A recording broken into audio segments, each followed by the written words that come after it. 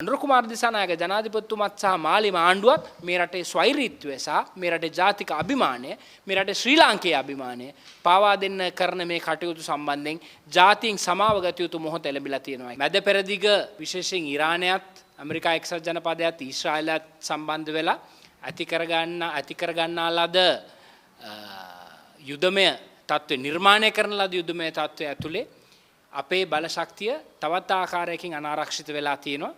खनिज तेल සැපයුම පිළිබඳව අඛණ්ඩ खनिज तेल සැපයුම පිළිබඳව බරපතල සැක සංකාවක් මේ රටේ මහ ජනතාව අතරේ ඇති වෙලා තියෙනවා.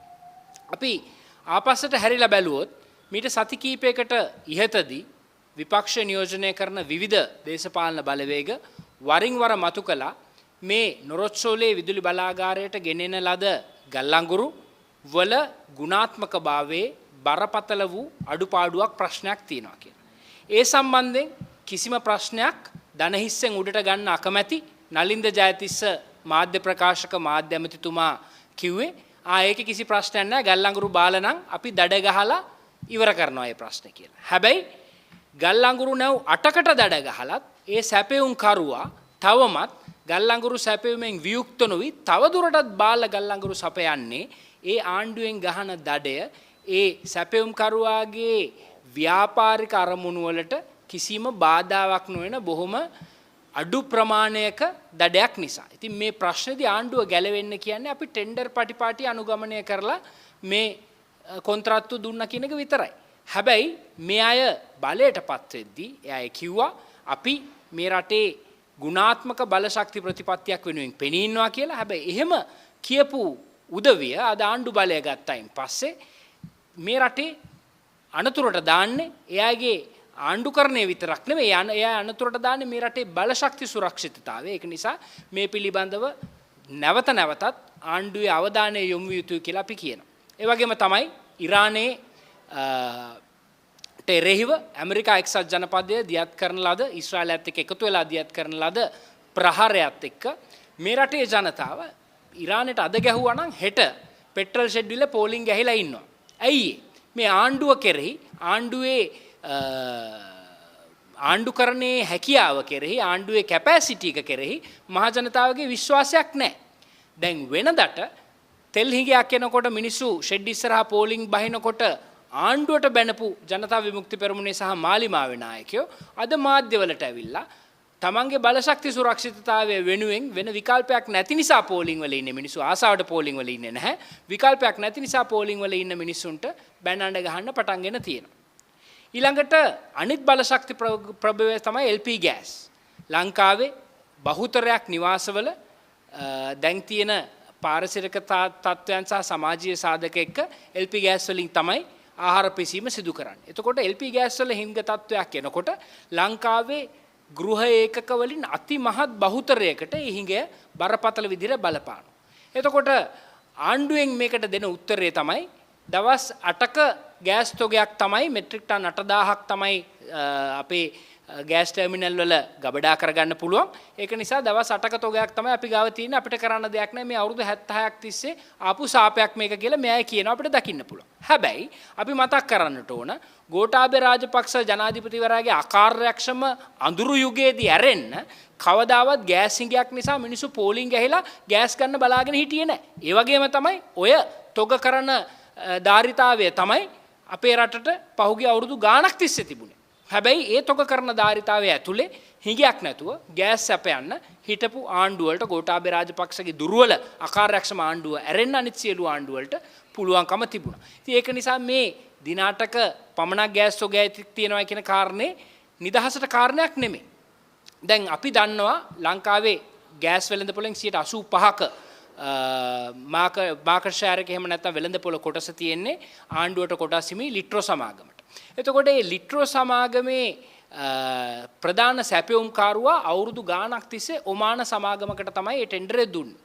එතකොට මේ ආණ්ඩුව බලයටපත් වුණාන් පස්සේ ගෑස් මෙට්‍රික් ටන් එකකට ඩොලර් 7.15ක් ලාභයි කියලා ස්විට්සර්ලන්තයේ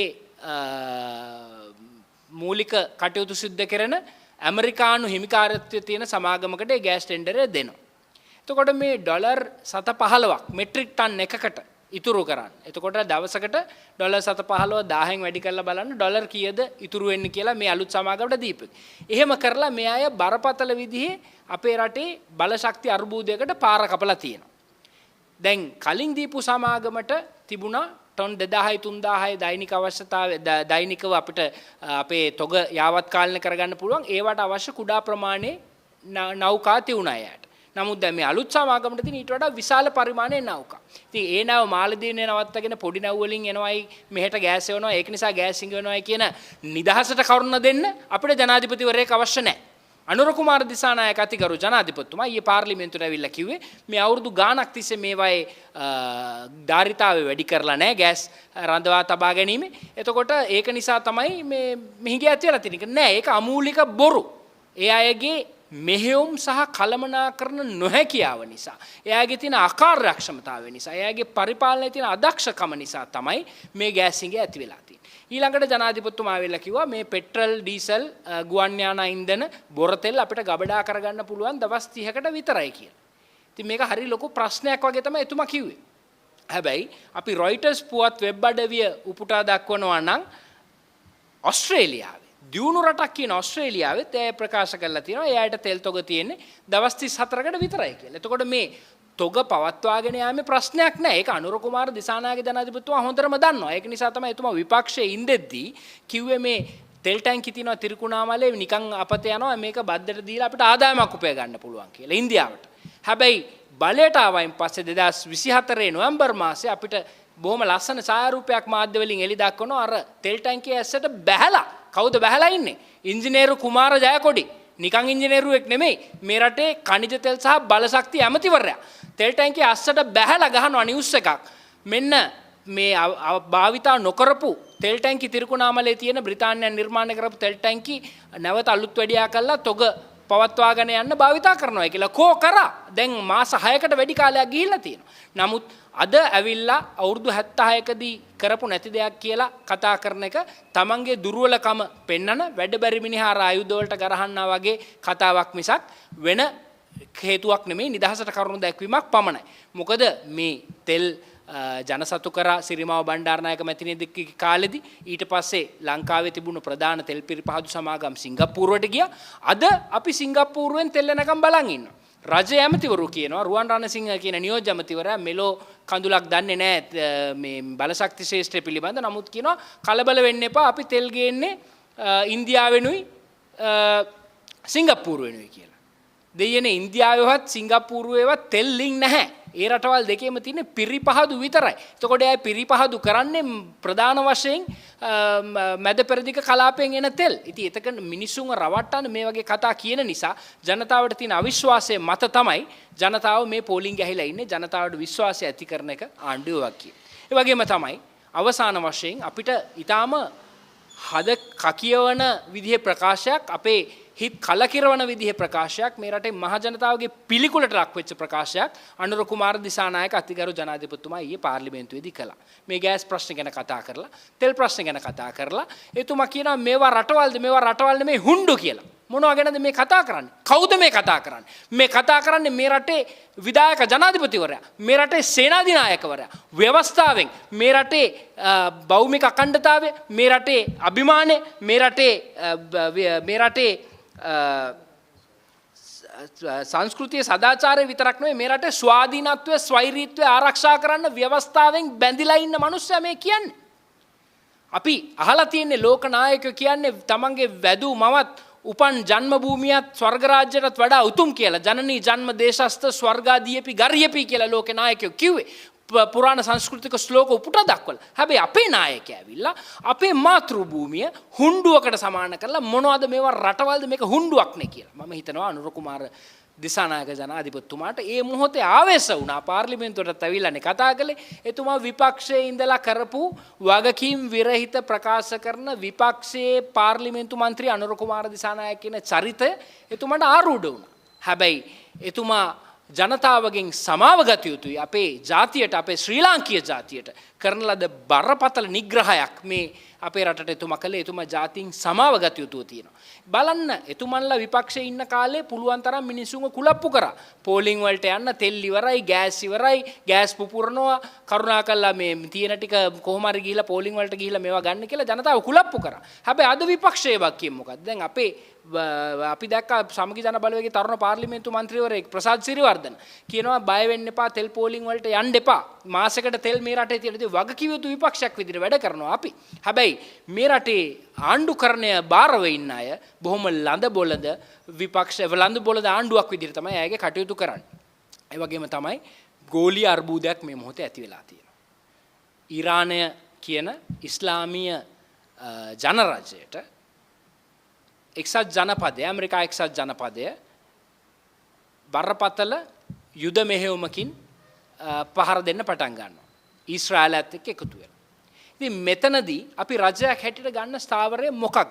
අනුර කුමාර දිසානායක අතිගරු ජනාධිපතිතුමා ඊයේ පාර්ලිමේන්තුවට ඇවිල්ලා ගත්තේ අතිශයින්ම දියාරු ස්ථාවරයක්. එතුමා කියනවා මේ ලෝකයේ ලොකු රටවල් මෙහෙම රණ්ඩු කරන්නේ නැතුව හොඳ බබාලා වගේ ඉන්නවා නම් හොඳයි කියලා. ඕක කියන්නද ජනාධිපතිතුමනි පාර්ලිමේන්තුවට ආවේ? මේ රටේ විදේශ ප්‍රතිපත්තිය ඔබතුමාලා හසුරුවන්නේ මේ ආකාරයටද? බැල්මට පේනවා මේ විශාල අනුතුරක ලෝක සාමය විශාල අනුතුරක දාලා බරපතල විදිහේ ප්‍රශ්නවලට ලංකාව වගේ මේ පැත්තක ඉන්න රටවල් වලටත් මුහුණ දෙන්න වෙන යුදමය පරිසරයක් ඇති වෙලා තියෙද්දි අපි එහෙම දියාරු ස්ථාවරයක් ගන්න එක අපිට සුදුසුද? අපි මතක තියාගන්නට ඕනේ ශ්‍රී ලංකාව කියන්නේ ස්වෛරී ජනරජයක්. ශ්‍රී ලංකාව කියන්නේ කොයි රටකවත් ගැත්තෙක් නෙමෙයි, වහලෙක් නෙමෙයි. අපිට වඩා බලවත් රටවල් ඉන්නවා. අපි පිළිගන්නවා. ඇමරිකාව, ඉන්දියාව, රුසියාව, චීනය මේ වගේ ලෝකේ බල කඳුරු දෙකකට ගොනු වෙච්ච බලවත් රටවල් තියෙනවා. හැබැයි අපි අපේ ස්වාධීනත්වය, අපේ ස්වෛරීත්වය ආරක්ෂා කරගන්නට ඕනේ. ඒකට තමයි අපි ස්වාධීන රටක් විදියට ලෝකේ නමක් දිනාගෙන හිටියේ ඉතිහාසයේ හැමදාම. ඉතින් අනුර කුමාර දිසානායක ජනාධිපතිතුමත් සහ මාලිම ආණ්ඩුවත් මේ රටේ ස්වෛරීත්වය සහ මේ රටේ ජාතික අභිමානය, මේ රටේ ශ්‍රී ලාංකේය අභිමානය පාවා දෙන්න කරන මේ කටයුතු සම්බන්ධයෙන් ජාතීන් සමාව ගත යුතු මොහොත ලැබිලා තියෙනවා කියලා අපි සඳහන් කරන්න කැමතියි. බොහොම ස්තුතියි.